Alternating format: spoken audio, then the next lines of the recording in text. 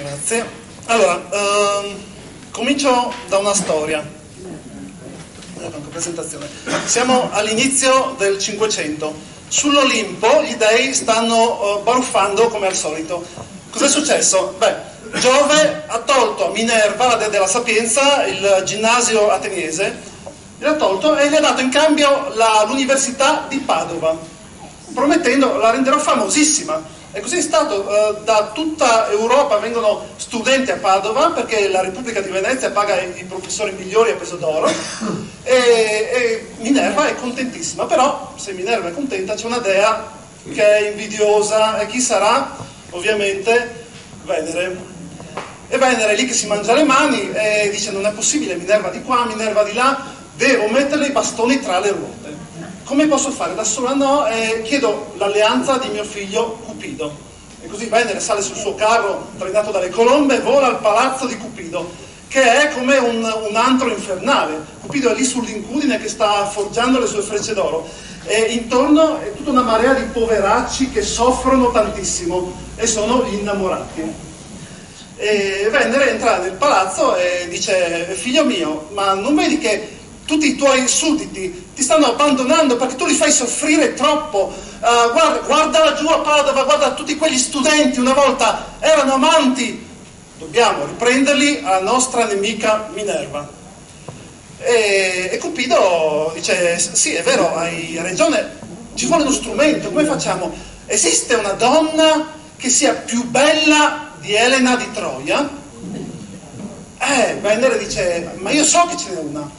So che ce n'è una che è più bella di ogni donna che sia mai nata, vissuta.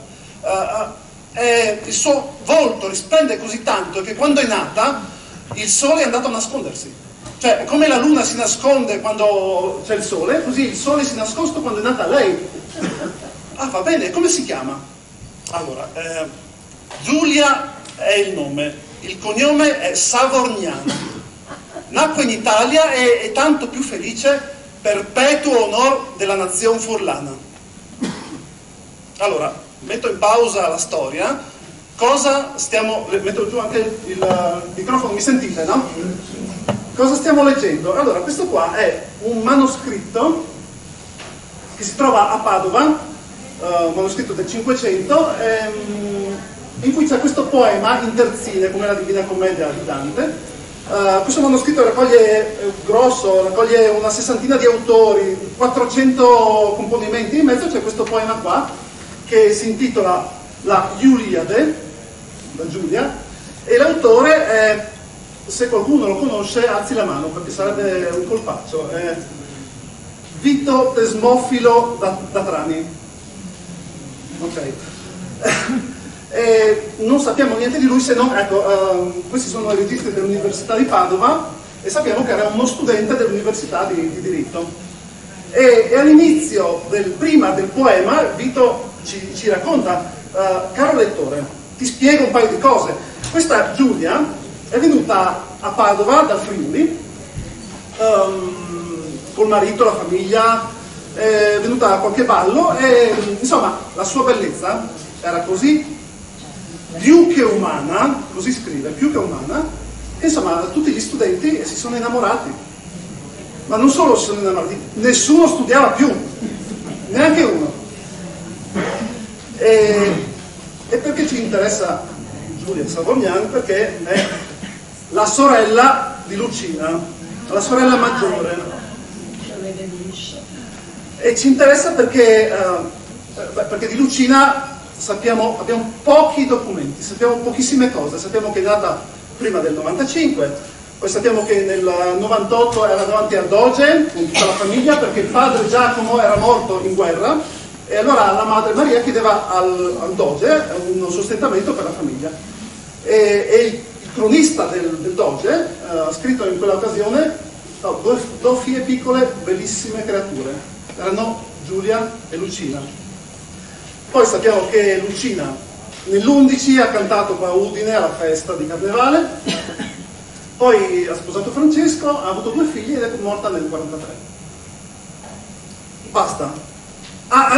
E poi sì, sappiamo che Luigi da Porto le ha dedicato la novella di Giulietta Romeo, quindi mettiamo una icona anche vicino a Lucina.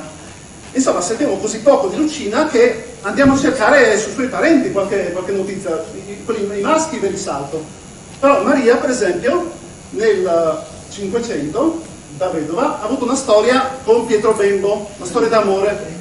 Lui, linguista, storico, poeta, scriveva sonetti a lei scriveva sonetti a lui, e di loro abbiamo 154 lettere che si sono scambiati. E quindi anche lei fa parte della letteratura italiana.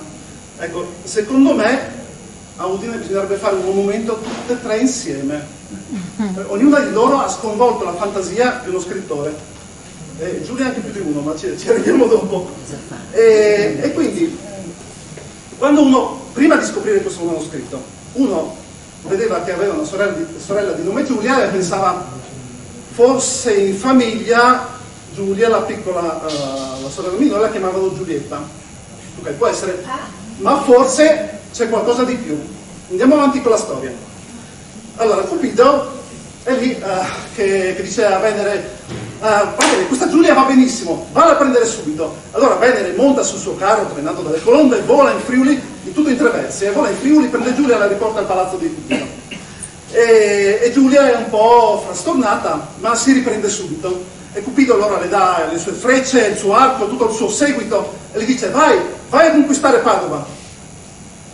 E Giulia, da bravo generale, allora organizza il suo esercito. Un momento, non abbiamo ritratti di Giulia da giovane, allora qui ho messo un quadro di Tiziano che si intitola La Bella. Allora Giulia, da bravo generale, organizza il suo esercito in battaglioni, e qua mette i suoi sorrisi, di là mette i suoi sguardi dolci, i suoi capelli biondi, e davanti a tutti, chi sta davanti a tutti e tiene lo stendardo, secondo voi? La fama. E scommetto che ci siete rimasti male. Però la fama, e qui volevo arrivare, ricordatevela, perché non c'è più tempo, allora la storia la interrompo qua. Lei va a Padova, conquista Padova, interviene Minerva, poi vanno su da Giove, non c'è tempo. La fama, perché parlavo prima di un altro scrittore, nell'8, nello stesso manoscritto di Padova, 50 pagine prima, c'è un altro scrittore che ha scritto a Giulia, 14 poesie. Lo conosciamo un po' di più, si chiama Giovanni Cotta, e sappiamo che è venuto in Friuli nell'8, e lì ha conosciuto Giulia, si è innamorato, è stato malissimo, lo scrive, su 14 poesie che ha scritto, in 8 dice sarebbe meglio morire. E insomma, che soffrire così come soffro, perché Giulia è crudele, non gliela dava, quindi sono tutte crudeli. Allora, due poeti l'hanno conosciuta e hanno scritto di lei, e tutte le persone che non sono poeti, per questo parlavo della fama. Chi conosceva Giulia magari non si innamorava, ma non la dimenticava. Chi l'aveva vista, lo scrivono, ne parlava chi non l'aveva vista. E così ecco la fama che precede Giulia. E la piccola Lucina, no? Bambina, gli anni passano, cresce, è bellissima anche lei, la gente comincia a parlare anche di Lucina, però cresce all'ombra della fama di Giulia, non ha un'identità sua, la gente ne parla, lei è semplicemente la sorella di Giulia, la piccola Giulia, quindi non è solo in famiglia, forse neanche, in famiglia neanche la chiamavano Giulietta, ma per tutta la gente intorno lei era la Giulietta, perché è venuta per seconda. Grazie.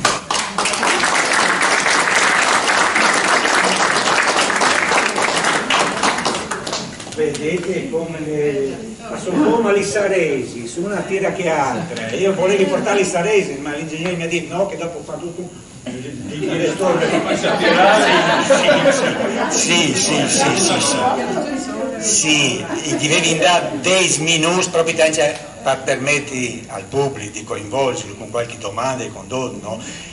non avevi di, e non anche altri che impegneranno dopo, di convinsi nessuno, di fa curiosità, di mettervi tanchel, di continuare altri.